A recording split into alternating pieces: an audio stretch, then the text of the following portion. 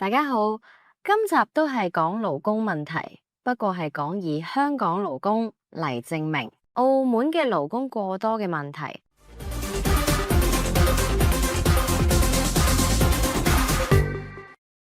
近日香港不斷爆出勞工過多而導致本地居民失業嘅事，更加有多達27處地盤出現拖欠工資嘅問題。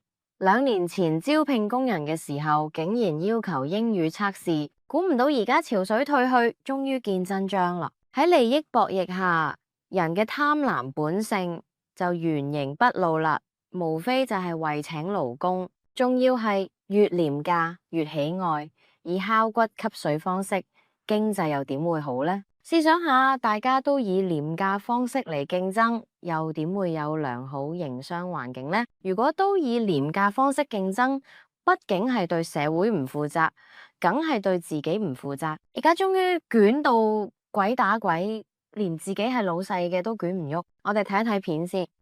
因為而家我哋揾啲外地勞工呢，我哋千揀萬揀嘅，但係人工又平你少少。但係佢能夠喺我管理範圍，因為點解呢？佢有個付出㗎，呢外勞。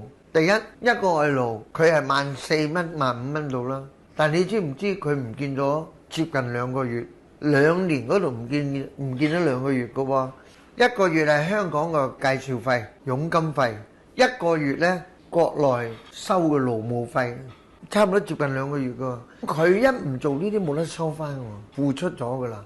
所以咧，外地勞工咧係好珍惜。大家都睇到啦，佢自己都話有介紹費收，遊戲規矩就此打破。當大家都以廉價競爭咧，就必然造成通縮啦。繼續咧請外地勞工啦，就等於繼續吸食經濟鴉片。第一口好似上太空，第2口翻唔到轉頭，第3口天堂有位等住你。不過可惜咧，最後香港都係冇辦法守住。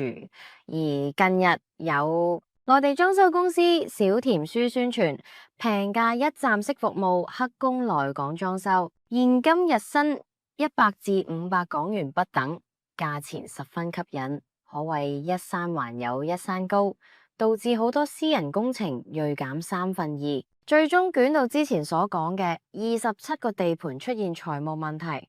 聽講連幾十年嘅老行專都搞唔掂喎，所以大家明白咧，外地勞工所帶嚟嘅通縮有幾嚴重未？或許有人話咧，通縮唔係更好咩？物價可以降低啦，買嘢平咗啦，咁呢個其實啱一半啦，另一半係當物價通縮嘅，咁代表大家唔賺錢，大家唔賺錢，自然店鋪倒閉，最後導致經濟蕭條，而你份工又冇咗。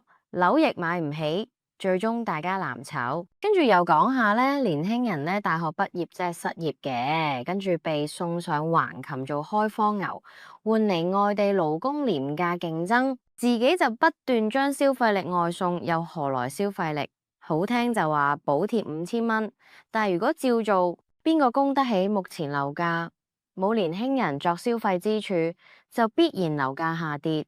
事實亦都證明。根據某報消息，樓價創11年新低，卻用居民存款上升，美化環境美好，如同病人有病，醫生詐睇唔到，延誤治療，最終有咩後果，大家可想而知。與其樓宇陰跌，不如一次過劈一半，削外勞，退還部分工作崗位俾年輕人係應當要做，而新興4大產業亦都冇幫助，淪為紙上談兵。